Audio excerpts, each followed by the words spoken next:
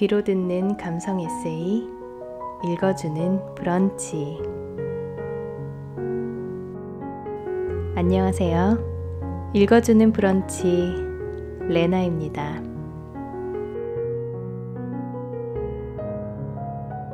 오늘은 브런치 스토리 별사색 작가님의 엄마 딸 마마거린가봐 일부를 낭독해드립니다. 자존감 높은 사고뭉치 40대 딸과 여전히 하이힐을 즐겨 신는 멋쟁이 70대 엄마. 뒤늦게 한집살이를 시작한 두 사람은 서로의 오래된 상처를 보듬고 웃고 울며 우당탕탕 하루를 살아갑니다. 이 이야기는 그저 우리 집 이야기 같기도 하고 누군가에게는 따뜻한 위로로 다가갈 수 있기를 바라는 작가님의 진심이 담겨 있습니다.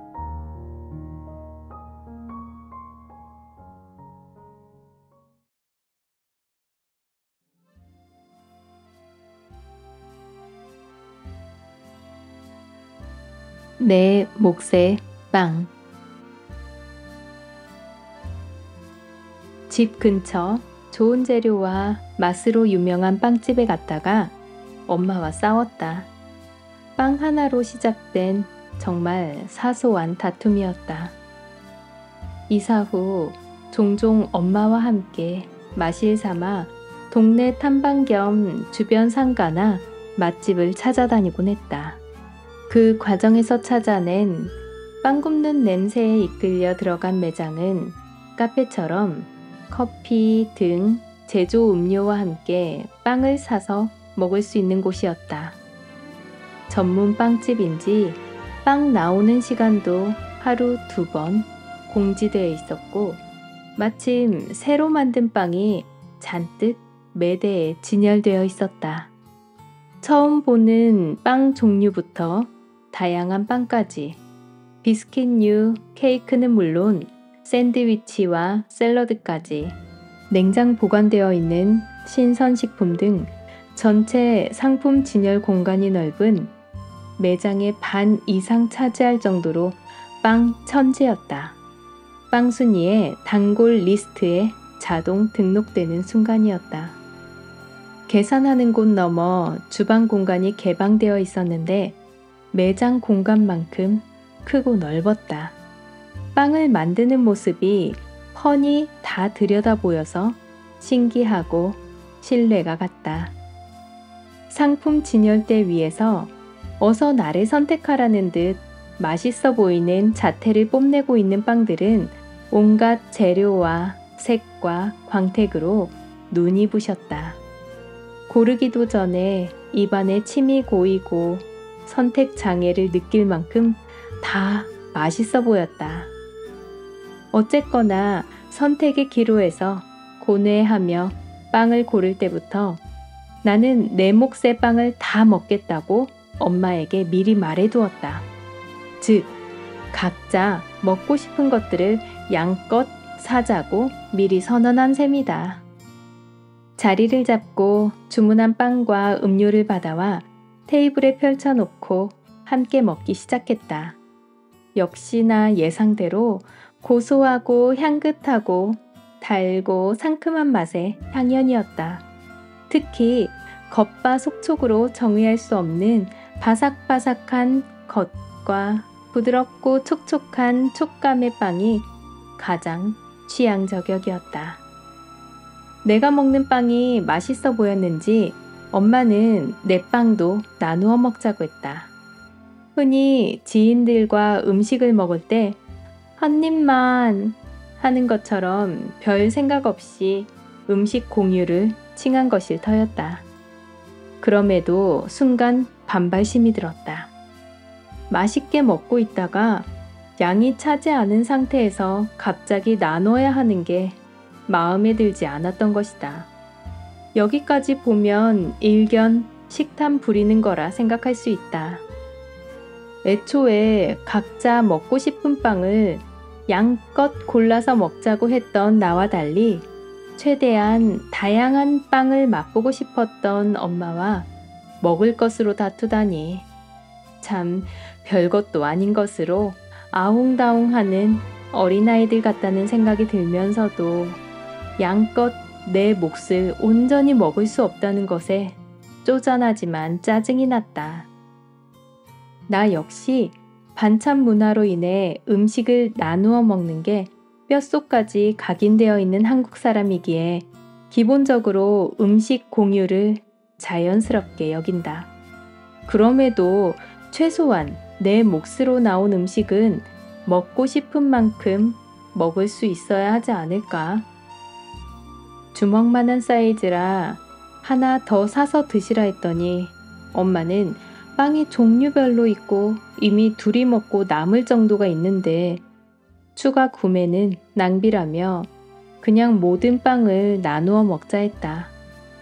불만스러웠지만 결국 나눠 먹어야 했고 입이 삐죽 나온 딸내미 눈치를 보는 엄마와 잠시나마 어색한 시간을 보내야 했다.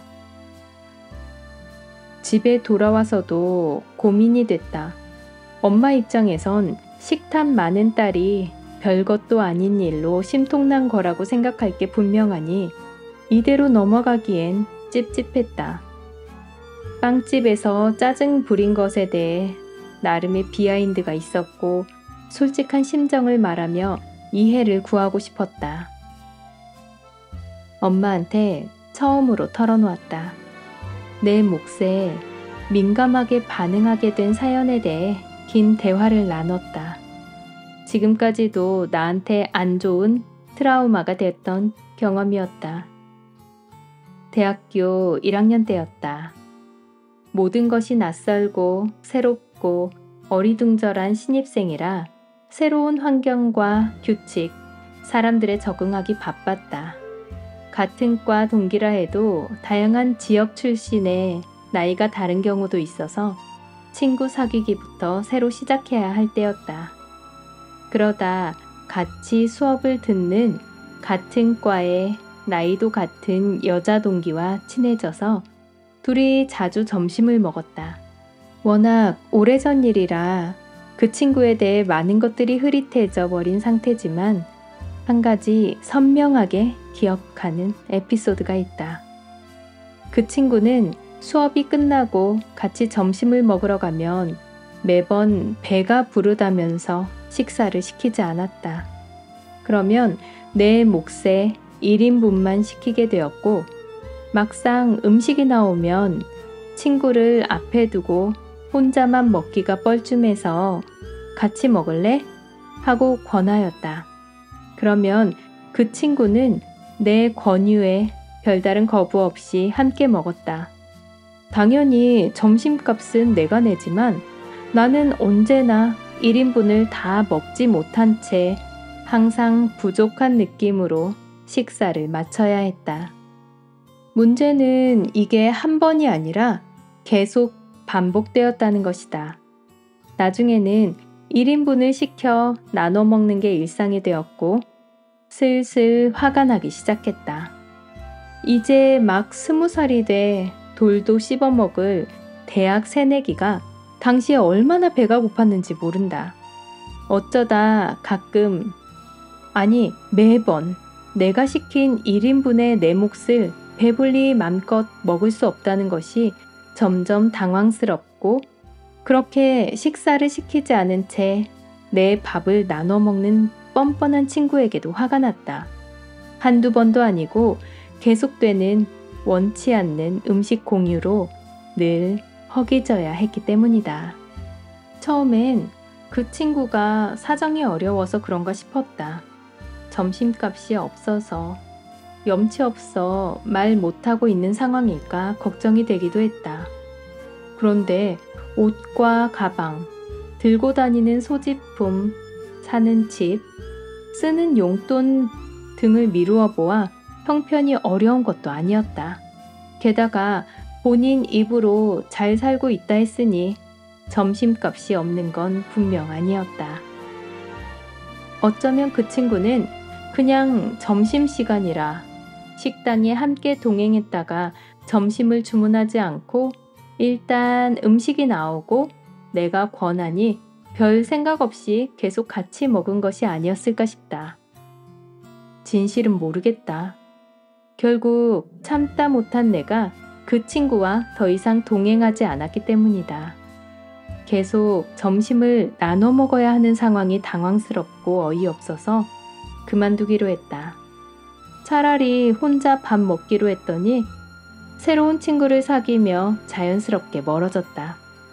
이젠 이름도 얼굴도 희미해질 정도로 짧은 시기 함께했던 그 친구에 대해 일말의 아쉬움도 느껴지지 않았다. 다만 나이 들어서 그 시기를 돌아봤을 때 당시에 왜 그랬는지 친구와 진솔한 대화를 나누지 못한 채 멀어진 건 나에게도 잘못이 있을지도 모른다.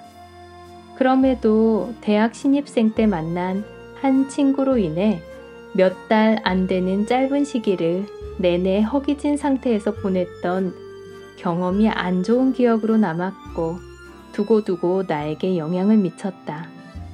내 상식에서 이해할 수 없는 그 친구의 뻔뻔한 태도와 행동에 대해 지금까지도 의문일 뿐이다. 그 일이 계기가 되었는지 이후로 나는 내 몫의 정량은 온전히 다 받고 싶다. 아무리 양이 많아도 내가 먼저 나누지 않는 한 각자 자기 몫을 따로 먹는 게 좋다. 의뢰의 모든 음식을 나누어 먹는 걸 당연시하는 자체가 그다지 달갑지 않다. 아마도 그때의 일이 트라우마처럼 남은 듯 싶다. 누구에게도 얘기하지 못한 채 그저 과거 어느 불편한 경험 이 정도로 얕잡아 보았지만 실은 여전히 살아있는 기억이라는 걸 깨닫게 됐다. 그때 나는 막 고등학생 신분에서 벗어나 여전히 어리숙한 내가 겪었던 안 좋은 기억이 아직까지 해결되지 않은 채 현재에 영향을 끼쳤다는 걸. 엄마에게 처음으로 털어놓았다. 조금 속이 시원하다.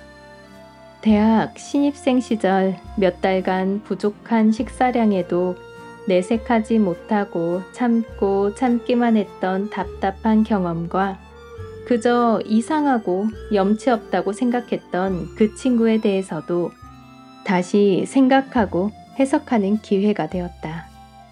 이미 과거에 끝나버린 지나간 해프닝일 뿐이지만 내 몫의 정량에 대해 민감하게 반응하는 후유증이 남았다는 사실을 인정할 수 있었다.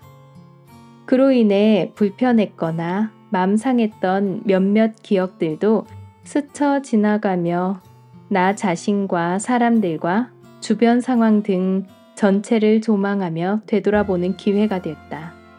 그때 심리 상태와 반응 등을 왜곡하지 않고 바로 보고 이해하게 되자 신발 속 모래알처럼 신경 쓰이던 미해결 감정들도 해소할 수 있었다.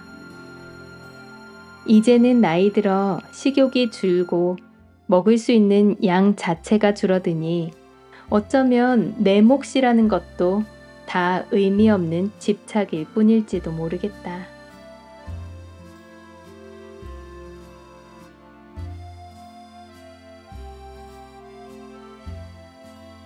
상처 입은 어린아이. 엄마도 나이가 드셨는지 이따금 맥락 없이 과거의 얘기를 들려주신다. 어떤 계기로 생각이 난 건지 알 수 없으나 별일 아니라는 듯 지나가는 가벼운 말투로 말이다. 옛날 옛적 호랑이 담배 피우던 시절 이야기 같아 도통 믿어지지 않지만 걸어서 왕복 4시간씩 통학했다던 엄마는 전라도 깡시골에서 자랐다. 엄마가 들려준 이야기 중에 동네 친구들과 어울려 놀던 개구쟁이 시절 에피소드들이 참 재밌다. 얌전하고 단정한 처녀가 되길 바랬던 외할머니의 바람과 정반대였던 엄마는 겁없이 무전여행을 다니고 친구들과 사고 치면서 앞장서기 일수인 천방지축 말괄량이로 이름을 날렸다고 한다. 그 시절 화려했던 일화들이 이야기 보따리에 가득 차 있는지 자주 내게 들려주셨다. 짓궂은 어린 시절 내내 엄마는 외할머니에게 수시로 매질을 당했는데 매번 잘 도망갔다가 걸려서 2배로 맞았던 에피소드가 귀에 못이 박힐 지경이다. 그 밖에도 엄마가 생생히 들려준 사고뭉치 일화가 무궁무진했다. 돌이켜보니 그래서였다. 할머니에게 모질게 맞고 자란 게 한이 된 엄마는 두 딸에게 손찌검 한 번 안 하셨다. 벌을 서거나 혼난 기억은 많아도 엄마가 손이나 회초리 등을 이용해 때린 기억이 거의 없다. 내가 10대였던 당시에는 인권 개념이 전무하다시피 했기에 집에선 부모에게 맞고 학교에선 선생님이 체벌하는 걸 당연하게 여기던 시절이었다. 그래서 자라는 동안 체벌하지 않는 엄마의 양육 방식이 특별했다는 것을 지나고 나서야 깨달았다. 엄마는 내가 무얼 하든 믿고 응원해 주었다. 아빠 없이 자랐어도 마음에 빈 곳이나 그늘 없이 자존감 높은 아이로 자란 이유가 아닐까. 심지어 사고를 쳐도 무작정 혼내기보단 먼저 침착하게 사정을 듣고 수습하고 난 뒤에야 잘잘못을 따져 훈육을 하셨다. 어떤 경우에도 일단 나를 무조건 믿고 지지해주되 잘못이 있으면 반드시 짚고 넘어가고 엄히 혼내더라도 마무리는 꼭 품에 안아주셨다. 천방지축 어린 시절 기억을 아무리 뒤져봐도 잘못했을 때조차 엄마에게 매맞은 기억이 거의 없어 신기했다. 내 친구들만 보아도 성장기에 훈육이라는 이름으로 부모에게 맞았던 경험들이 수두룩했다. 당시 학교에선 학생 지도를 위해 선생님이 체벌용 막대기를 수업에 들고 다니고 수업 중에도 맘껏 휘두르는 게 일상이었으니까. 나중에 엄마가 말해주셨다. 여성으로서 몸가짐과 차분한 성격에 대한 기준이 엄격하셨던 외할머니는 유독 장녀인 엄마에게 심하게 단속하고 타박하고 서슴없이 매질을 하셨다고 한다. 풀어놓은 말처럼 들과 산으로 뛰어놀던 사내아이 같이 자란 엄마를 외할머니는 용납할 수 없었던 것 같다. 그래서 엄마의 어린 시절은 이해받지 못하고 매맞고 혼나기만 해서 조금은 억울하고 속상한 기억이었나 보다. 외할머니와 둘이서만 살던 시기에 해묵은 감정들을 해소하기 위해 많이 싸우고 대화하며 갈등과 봉합의 시간을 보냈다고도 했다. 어쩌면 엄마가 그동안 마음속에만 담아두었던 속상한 마음을 털어냈기에 이런 대화가 가능한 거 아닐까. 지금은 이렇게 내게도 가볍게 그때의 이야기를 털어놓을 정도로 엄마 마음속 상처 입은 어린아이를 잘 달래었기에 말이다. 그런 엄마의 이야기를 들으며 나의 성장기를 돌아보았다. 말썽피우기라면 동네 아이들 누구에게 지지 않을 만큼 개구쟁이였던 시절의 나였기에 내가 엄마였어도 혼자 아이를 키우면서 얼마나 힘들었을까 그런 생각이 든다. 딸만 둘인 상황에서 어린 동생 돌보기보다 밖에 나가 놀기 바쁜 말썽꾸러기 때문에 속도 까맣게 태우셨으리라. 고집센 아나무인 악동을 훈육할 때마다 외할머니처럼 때리지 않으려고 얼마나 발버둥 치셨을까. 내가 엄마였다면 기를 죽이기 위해서라도 때리고 또 때렸을성 싶을 때가 많았으니 지금 생각해도 아찔하고 죄송하다. 엄마의 엄청난 인내심에 진심으로 감사할 뿐이다.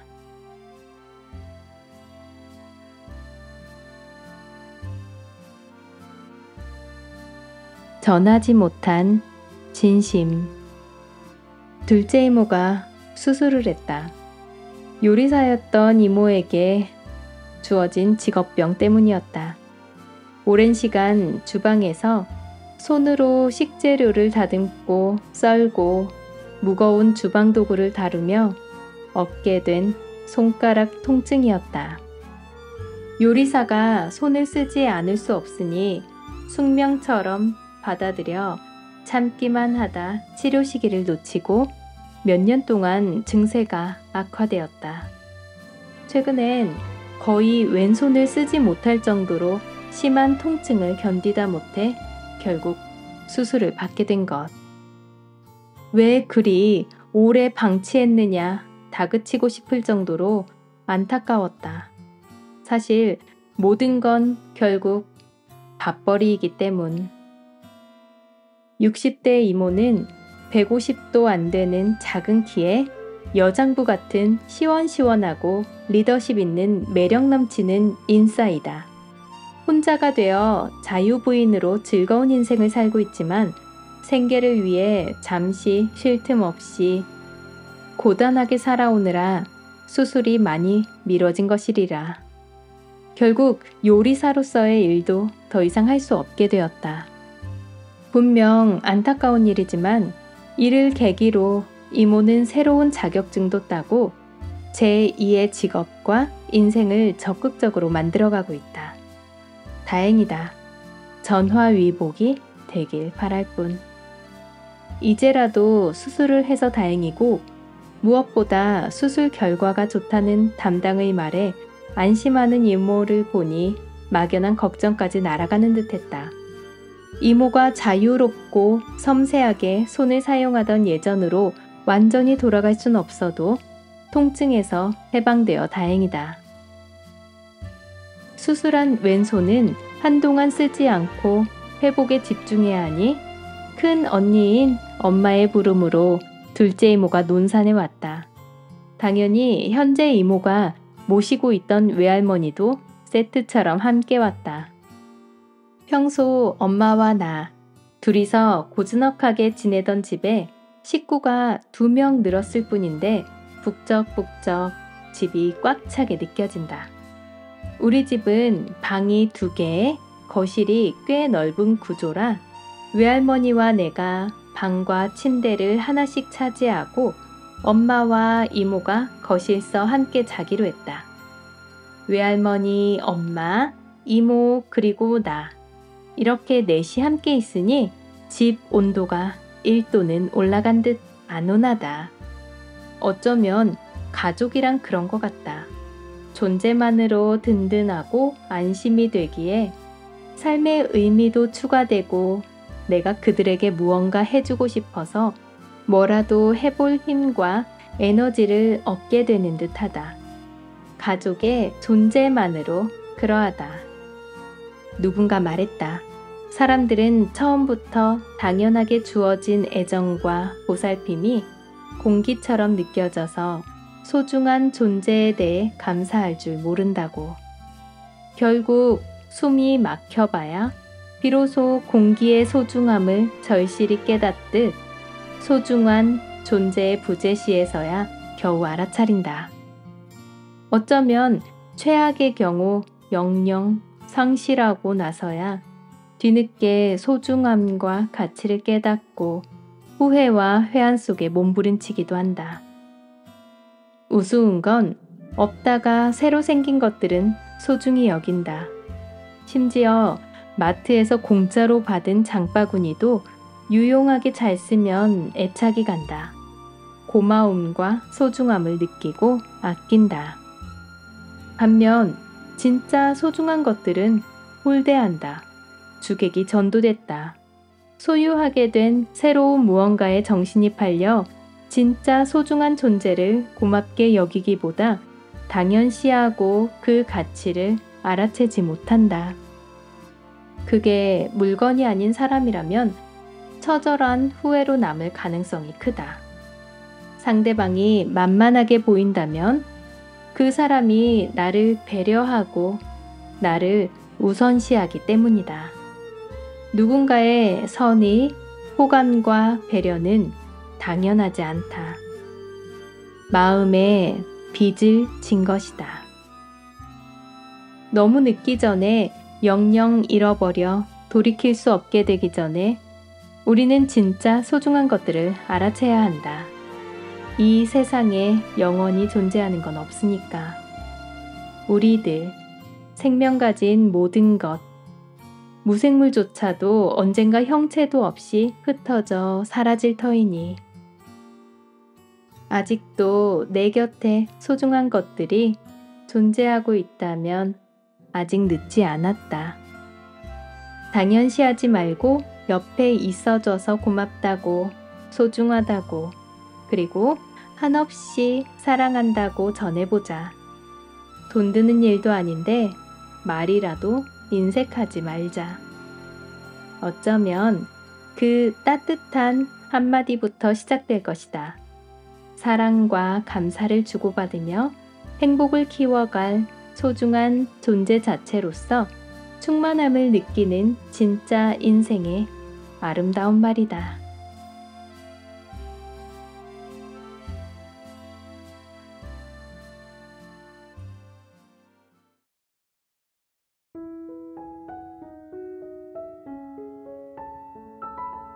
세상에 엄마와 딸만큼 가깝고도 먼 존재가 또 있을까요? 말하지 않아도 다 알 것 같지만 사실은 누구보다 말이 필요한 사이. 이 이야기처럼 우리도 서로를 이해하기 위해 조금 더 천천히 다정히 다가가면 어떨까요?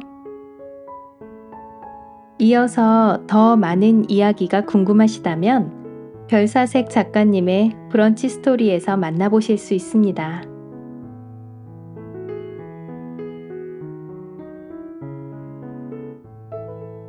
당신의 하루 끝에 조용히 머물다 갑니다. 읽어주는 브런치였습니다.